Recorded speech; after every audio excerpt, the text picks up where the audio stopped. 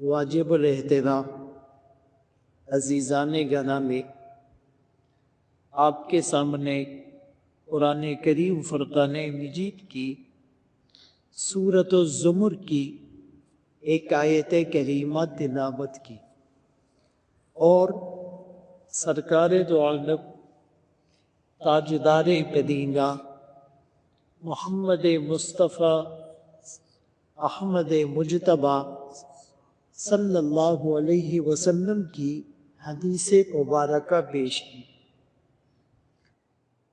اس آیت میں اللہ فرما رہے ہیں کہ کیا علم والے اور بے علم برابر ہو سکتے ہیں؟ یہ استفہام انکاری ہے کہ کبھی بھی برابر نہیں ہو سکتے۔ یرفع اللہ الذین آمنوا منکم والذین اوتوا العلم درجات، کہ جو تم میں ایمان لے آیا اور جس کو علم دیا گیا، اللہ ان کے درجات کو بلند فرماتے ہیں۔ اب علم کی تعریف کیا ہے؟ علم کی اہمیت کیا ہے؟ علم کے فضائل کیا ہے؟ اور علم کے آداب کیا ہے؟ اس پر کچھ گزارشات کرنا چاہوں گا۔ چونکہ مدارس دینیہ میں جو نئے تعلیمی سال کا آغاز ہوتا ہے وہ شوال سے یعنی ابھی سے ہو رہا ہے۔ اسی طرح رسول اللہ صلی اللہ علیہ وسلم نے ایک حدیث مبارکہ میں یوں فرمایا کہ من سلک طریقا، جو کسی ایسے رستے پر چلے کہ اس کا مقصود علم حاصل کرنا، فرمایا سہل اللہ لہ طریقا الی الجنہ، اللہ اس کے لیے جنت کا راستہ آسان فرما دیتے۔ بھائی آسان مثال سمجھ لے، کسی کو کسی منزل پر جانا ہے تو اس کو راستہ معلوم ہوگا تو منزل تک پہنچ پائے گا، بآسانی پہنچ پائے گا، جلدی پہنچ پائے گا، سہولت سے پہنچ پائے گا۔ اور جس کو راستہ ہی معلوم نہ ہو سکتا ہے کہ وہ اپنی منزل تک پہنچے ہی نہیں، یا بہت دیر سے پہنچے، یا بہت مشقتیں اور صعوبتیں جھیل کر پہنچے۔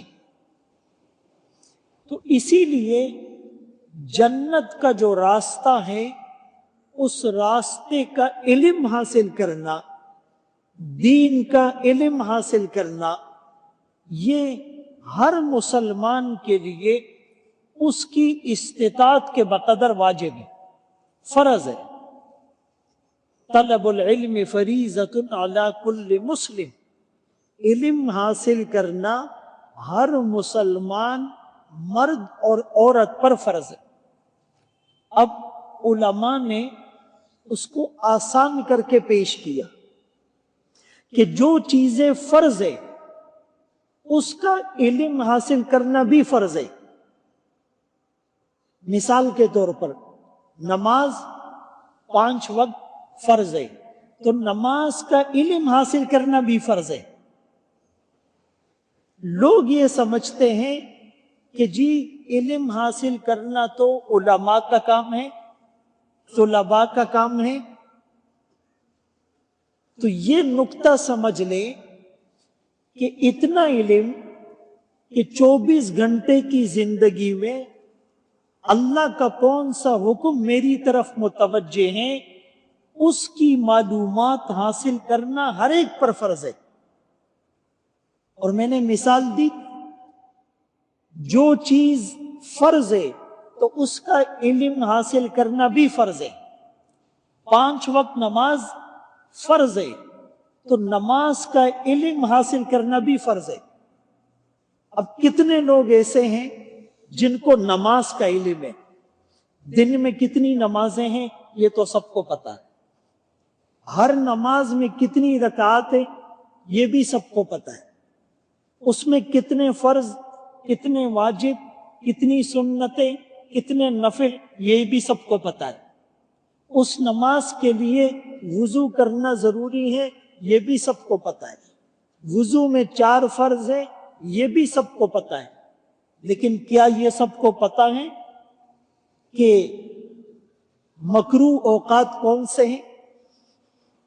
کیا یہ سب کو پتا ہے کہ نماز کے اندر فرائض کتنے ہیں، نماز کے اندر واجبات کتنے ہیں، نماز کو توڑنے والی چیزیں مفسدات کتنی ہیں، نماز کو مکروہ کرنے والی چیزیں کون کون سی ہیں، سجدہ سہو کن صورتوں میں واجب ہوتا ہے، التحیات تلفظ اور ترجمے کے ساتھ کس کو پتا ہے، دعائے قنوت تلفظ اور ترجمے کے ساتھ کس کو پتا ہے، سورہ فاتحہ تلفظ اور ترجمے کے ساتھ کس کو پتا ہے، قرآن کی بعض سورتیں تلفظ اور ترجمے کے ساتھ کس کو یاد ہے؟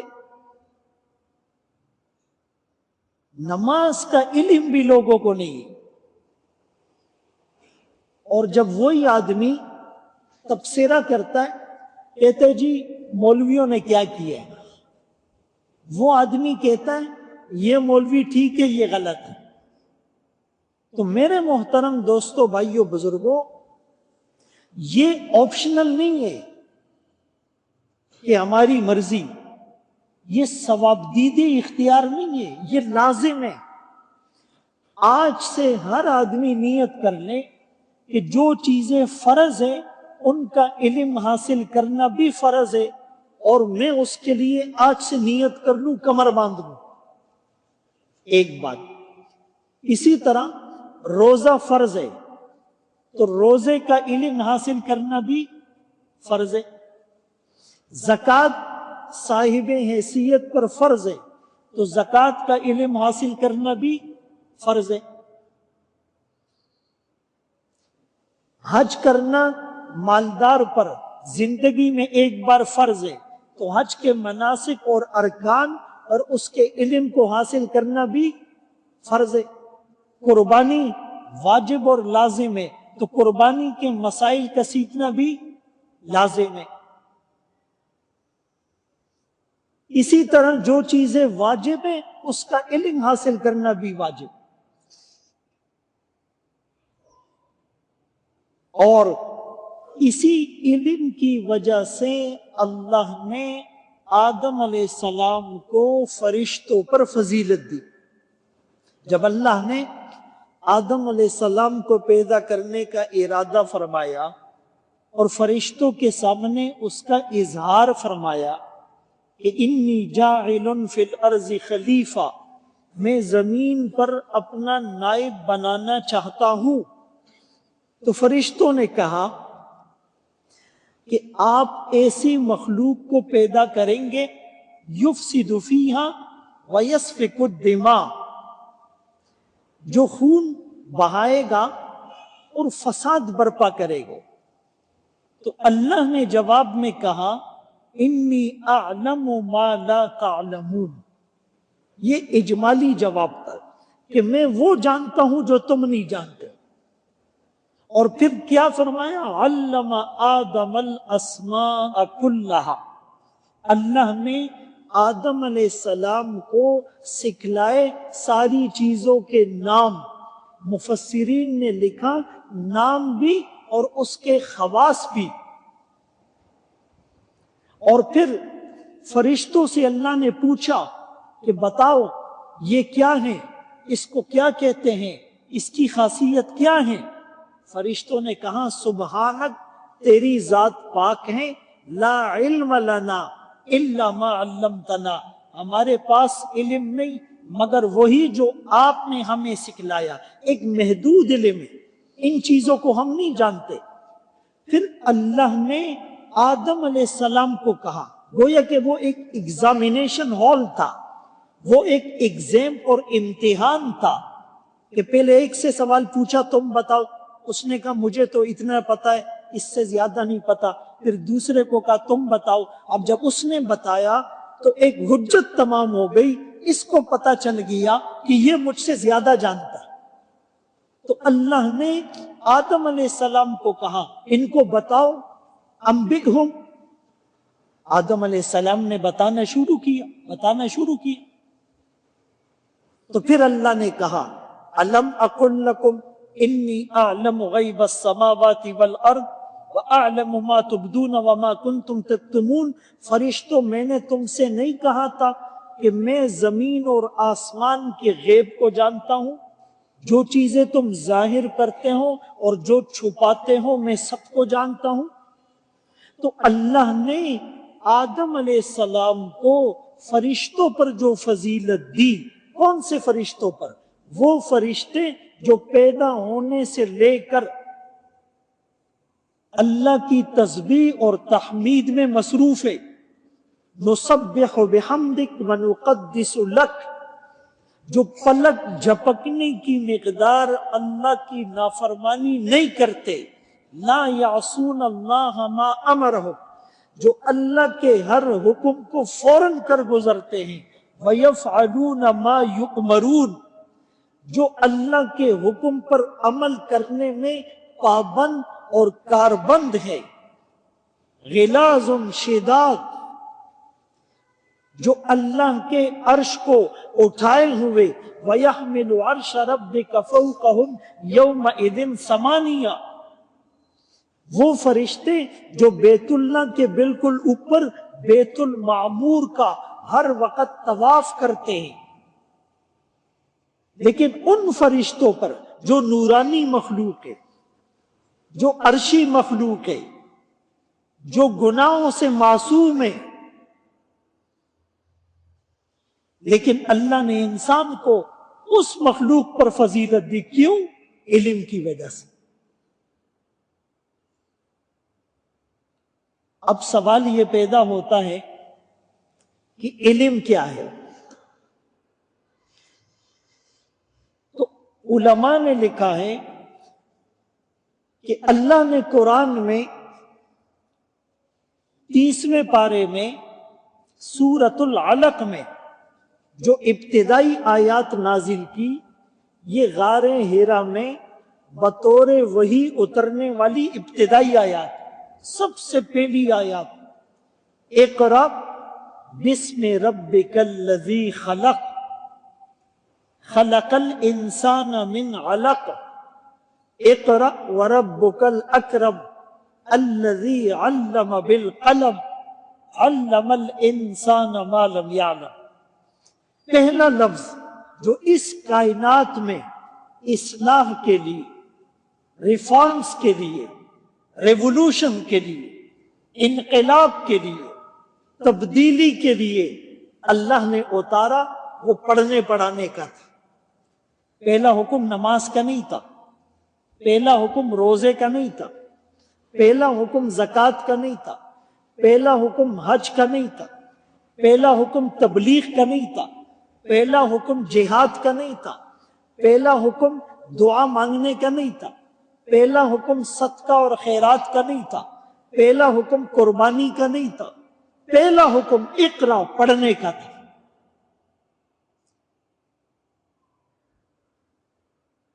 اور بسم ربک الذی خلق، پڑھو اس رب کے نام سے جس نے پیدا کیا. معلوم یہ ہوا علم وہ ہوگا جو اللہ کی وحی کے مطابق، علم وہ ہوگا جو اللہ کی معرفت اور پہچان کرائے گا، علم وہ ہوگا جو اللہ سے قریب کرے گا. اب ہر آدمی جو علم حاصل کر رہا ہے، اگر وہ علم اس کو اللہ کے قریب کر رہا ہے تو یہ علم ہے. اور اگر وہ اس کو اللہ سے دور کر رہا ہے، وہ علم نہیں، وہ فن ہے، وہ سکل ہے، وہ ہنر ہے، وہ ڈگری ہے، وہ معلومات ہے، وہ انفارمیشن ہے، وہ علم نہیں ہے۔ اسی لیے جب ہم دعا مانگتے ہیں، وہ دعا جو اللہ کے رسول صلی اللہ علیہ وسلم نے ہمیں سکھلائی، اللہم انی اسألک علما نافعا، اے اللہ میں مانگتا ہوں آپ سے وہ علم جو نفع دے، اور اے اللہ اعوذ بک من علم لا ينفع، میں پناہ مانگتا ہوں اس علم سے جو نفع نہ دے۔ تو جو علم آپ کو نفع دے رہا ہے آخرت کے اعتبار سے وہ علم ہے، اور جو علم آپ کو نفع نہیں دے رہا آخرت کے اعتبار سے وہ علم نہیں۔ تو میرے محترم دوستو، بھائیو، بزرگوں، سورۃ الرحمن میں بھی اللہ نے کیا فرمایا؟ الرحمن علم القرآن خلق الانسان علمہ البیان۔ نقطہ سمجھے، اللہ نے اپنا ذکر کیا اور پھر علم القرآن، انسان کو اللہ نے قرآن کی تعلیم دی، اس کا ذکر کیا۔ خلق الانسان، انسان کو پیدا کرنے کا ذکر بعد میں ہے، اس کو تعلیم دینے کا ذکر پہلے ہے۔ اس کی پیدائش سے بھی پہلے جو اس کے لیے ضروری تھا علم، اللہ نے اس کا انتظام کیا، اور اس کی تائید قرآن کی یہ دوسری آیت سے ثابت، اخرجکم من بطون امہاتکم لا تعلمون شیئا، اللہ نے تمہیں تمہاری ماں کے پیٹ سے جب نکالا، یعنی جب تم پیدا ہوئے، لا تعلمون شیئا، تم کچھ نہیں جانتے تھے، جعل لکم السمع، اللہ نے کان بنائی، والابصار، اللہ نے آنکھیں بنائی، والافئدہ، اللہ نے دل بنائے۔ بھائی بنایا تو ہاتھ بھی، بنائے تو پاؤں بھی، بنایا تو پیٹ بھی، بنائی تو پیٹھ بھی، بنائی تو گردن بھی، بنائے تو دانت بھی، بنائی تو ناک بھی۔ تو ان اعضاء کا ذکر نہیں کیا، صرف کان، آنکھ اور دل کا ذکر کیا۔ یہ تین علم کے اعضاء ہیں، علم کے ریسورسز ہیں، علم کے اسباب ہیں، علم کے وسائل ہیں۔ آنکھوں سے دیکھ کر علم حاصل ہوتا ہے، کانوں سے سن کر علم حاصل ہوتا ہے، دل سے سوچ کر علم حاصل ہوتا ہے۔ اسی لیے اللہ نے علم کے اعضاء کو پہلے ذکر کیا۔ تو انسان کی تعلیم کا ذکر پہلے، تخلیق کا ذکر بعد، اور جب تخلیق کا ذکر کیا بھی تو اس کا مقصد، اس کا پرپس، اس کی ریزن بتائی تاکہ تم علم حاصل کرو۔ ما خلقت الجن والانس الا لیعبدون، میں نے انسان اور جنات کو پیدا نہیں کیا مگر اپنی عبادت کے لیے، لیعرفون، اپنی معرفت کے لیے۔ بھائی اللہ کی عبادت کوئی کیوں کرے گا؟ جب اللہ کی معرفت ہوگی نا۔ ویسے تو سجدہ نہیں کرے گا، سجدہ کرے گا اس کے سامنے۔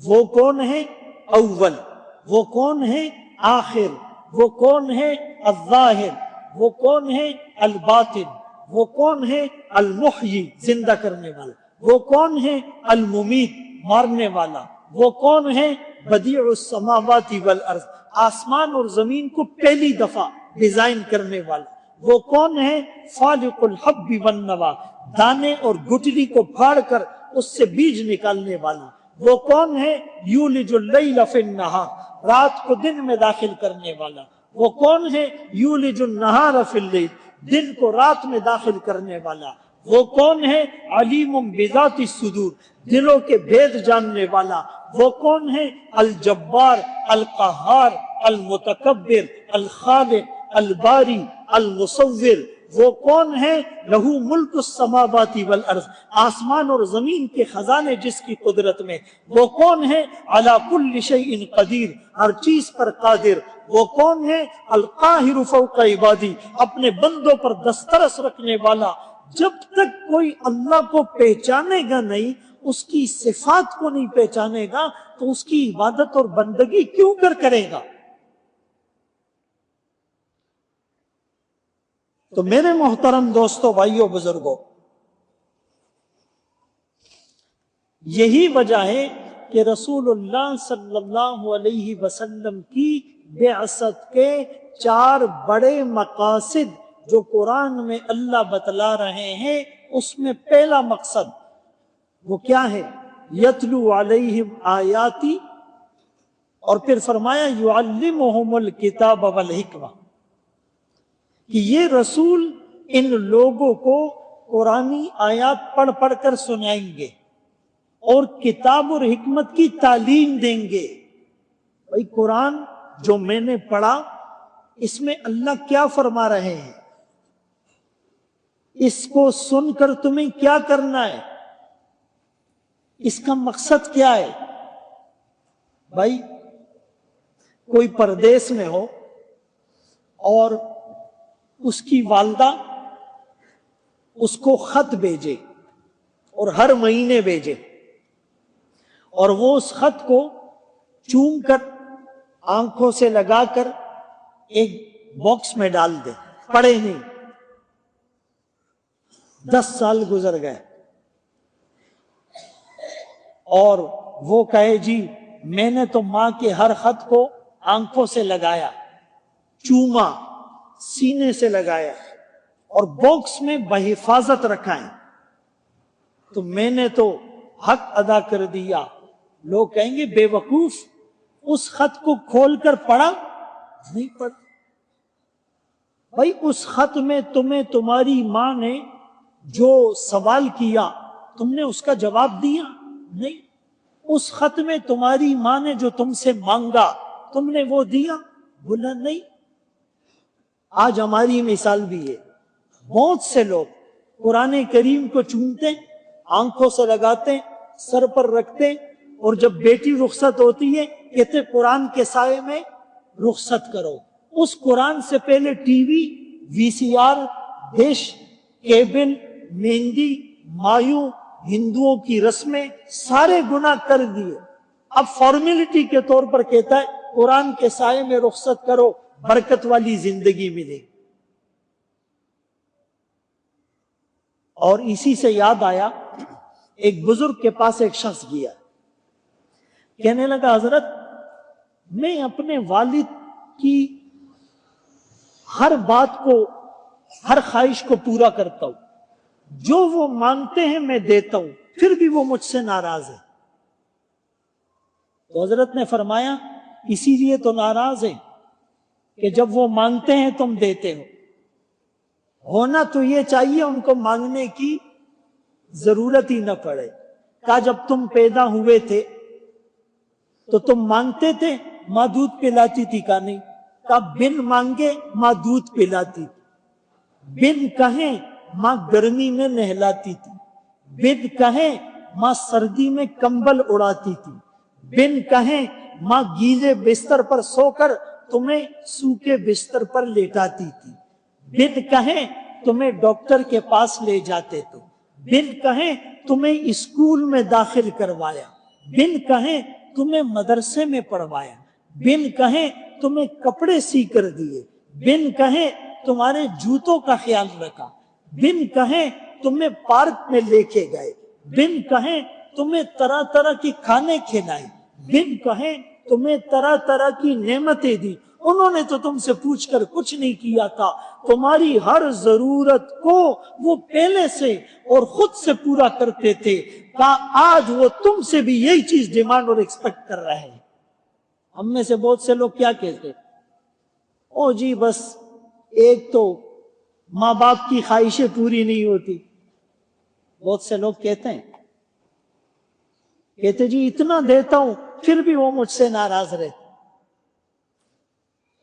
اسی لیے میرے محترم دوستوں، بھائیوں، بزرگوں، ان چیزوں کا علم کس کو ہوگا؟ جو قرآن اور حدیث پڑھے گا، جو قرآن اور حدیث کو سنے گا، جس کو دین کا پتہ ہوگا۔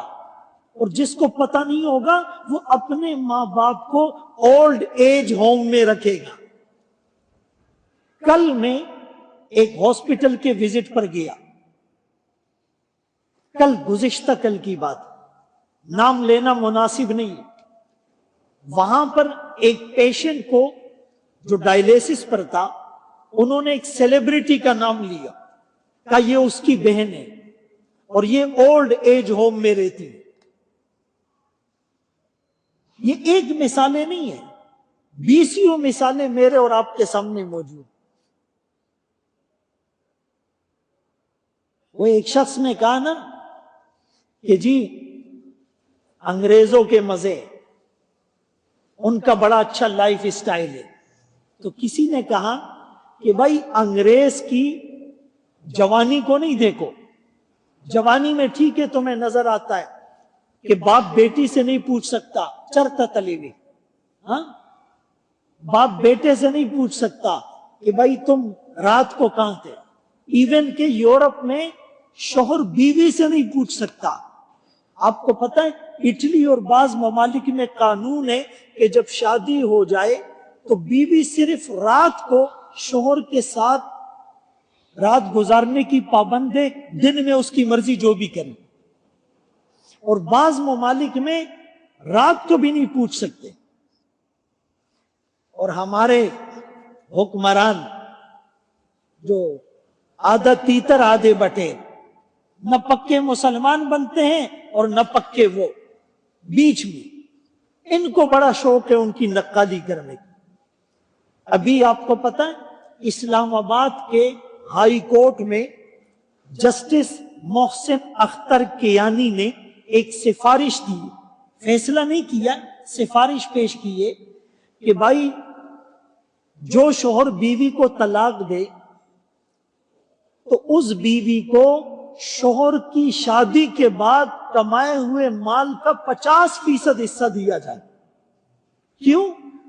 کہ اس مرد کو ایک پیسفل انوائرمنٹ بیوی نے فراہم کی، بیوی کی وجہ سے اس کو اچھا پرسکون ماحول ملا ہے، لہذا شادی کے بعد مرد نے جو جو کمایا اس کا 50% بیوی کو دو۔ یہ اسلامی جمہوریہ پاکستان میں سفارش آئی۔ اور آپ کو پتہ ہے کہ جب بر صغیر پاک و ہند میں جب انگریز جانے لگا تو اس نے پہلے اسلام کا جو محصولات کا نظام تھا نا، ٹیکسز کا، جزیے کا، اس میں چھیڑ چھاڑ کی۔ پھر اس کے بعد دیوانی قوانین کو چھیڑا، پھر اس کے بعد فوجداری قوانین میں مداخلت کی، پھر اس کے بعد آئلی قوانین جو میاں بیوی کے حقوق ہے اس کو تبدیل کی۔ اور 1961 میں 61 میں اس وقت کے صدر فیلڈ مارشل ایوب خان نے ایک آرڈیننس جاری کیا آئلی قوانین کا جو شریعت سے متصادم تھا۔ پھر 67 میں ایک فیصلہ اس وقت سپریم کورٹ میں خورشید بی بی بنام بابو محمد امین 67 میں فیصلہ دیا، وہ بھی اس سے ملتا جلتا تھا۔ اب دوبارہ یہ سفارش آئی۔ تو مجھے یہ بتائیں، اگر تمہیں بیویوں کے ساتھ اتنی ہمدردی ہے کہ بھائی شوہر کی اس زندگی میں بڑا رول بیوی کا ہے، تو وہ ماں جس نے پیٹ میں اس کو 9 مہینے رکھا، پھر وضع حمل ہوا تھا، پھر اس ماں نے 2 سال دودھ پلایا تھا، پھر اس نے تربیت کر کے پالا پوسا تھا، پھر اس نے تعلیم دلوائی، پھر اس نے شادی کے قابل بنایا، اس ماں سے تمہیں ہمدردی نہیں ہے؟ بات سمجھ میں آ رہی ہے؟ اور قرآن نے 4 پارے میں سورۃ النساء آیت نمبر 12 میں واضح دستور بتائے، وَلَهُنَّ الرُّبُعُ مِمَّا تَرَكْتُمْ، کہ اگر شوہر مر جائے اور اولاد نہ ہو تو بیوی کو 4تھا حصہ ملے، اور اگر شوہر مر جائے اور اولاد ہو تو بیوی کو 8واں حصہ ملے۔ یہ نص ہے، اس کو ذوی الفروض کہتے۔ قرآن کا واضح حکم موجود ہے اور اس کو تم تبدیل کرنے کے لیے سفارش کر رہے ہو اور جج بنے ہوئے ہو، جسٹس بنے ہوئے ہو، تمہیں قرآن کا پتہ نہیں یا جان بوجھ کر تبدیل کر رہے ہو۔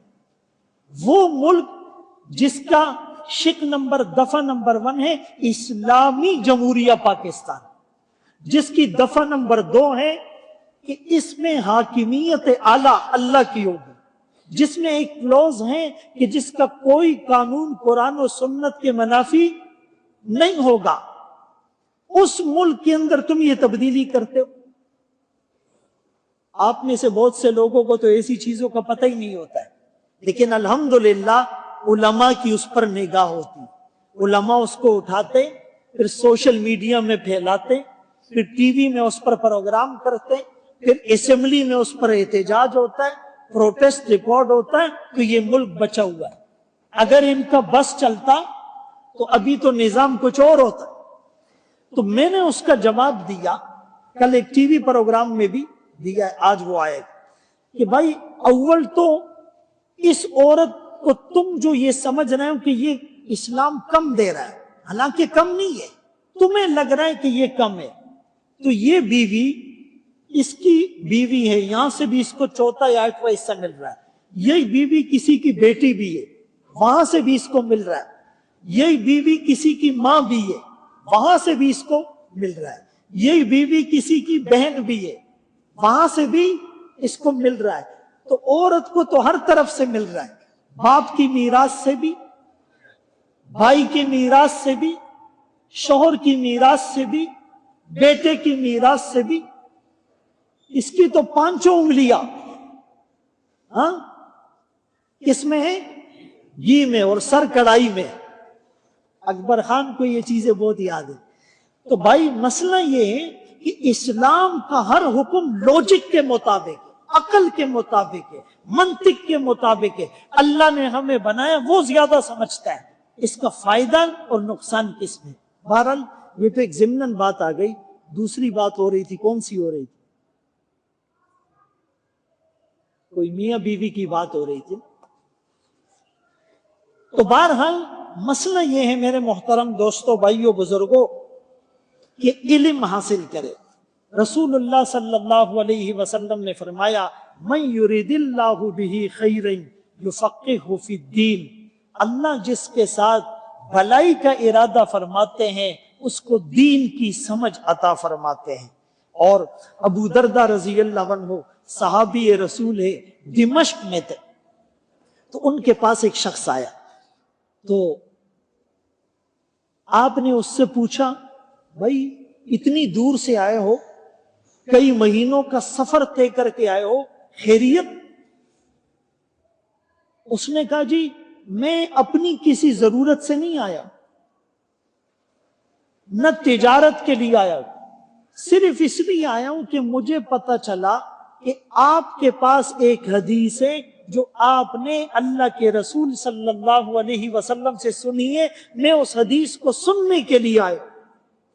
آج کل تو ہر مسجد میں مدرسہ ہے، ہر گلی میں مدرسہ ہے، آن لائن مدرسہ ہے، ویکینڈ پہ مدرسہ ہے، وہ بیام من سکا ٹیم نشت، پھر بھی ہمارے پاس ٹائم نہیں۔ بھائی اوپر یہ بچے باتیں کر رہے ہیں، ان کو خاموش کراؤ،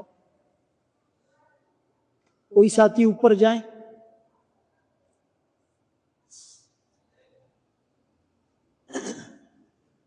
بات سمجھ میں آ رہی ہے؟ تو اس نے کہا میں کسی تجارت اور غرض سے نہیں، حدیث سننے کے لیے اتنا سفر کر کے آئے۔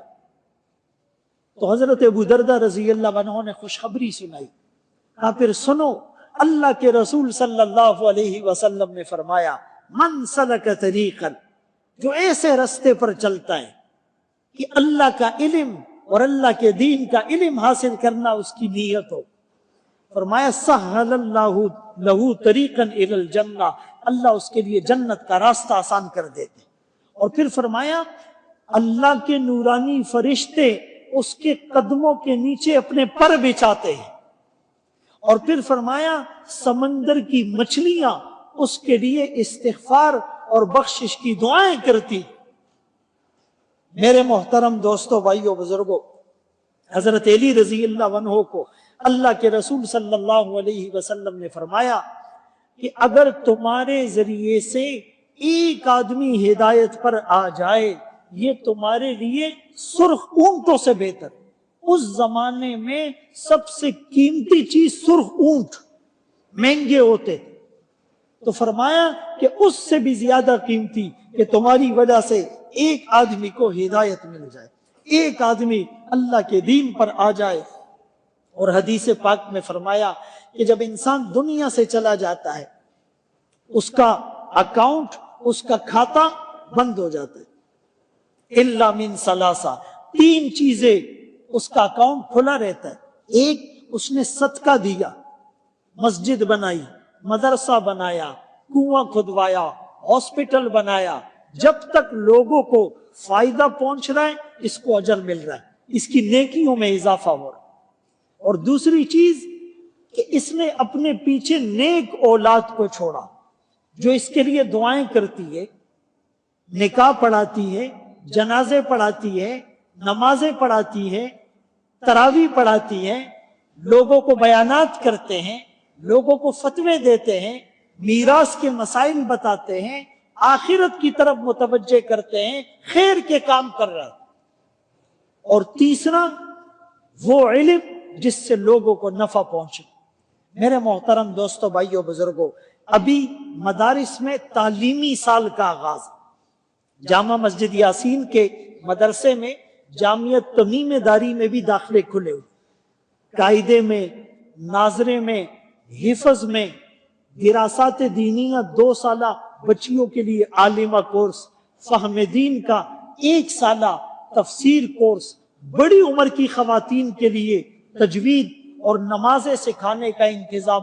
الحمدللہ 70-80 سال کی خواتین وہ آئی اور انہوں نے قاعدہ بھی پڑھا اور ناظرہ بھی پڑھا اور کچھ صورتوں کو حفظ بھی کیا اور نمازیں بھی سیکھی، اور آج وہ دعائیں دے رہی ہے۔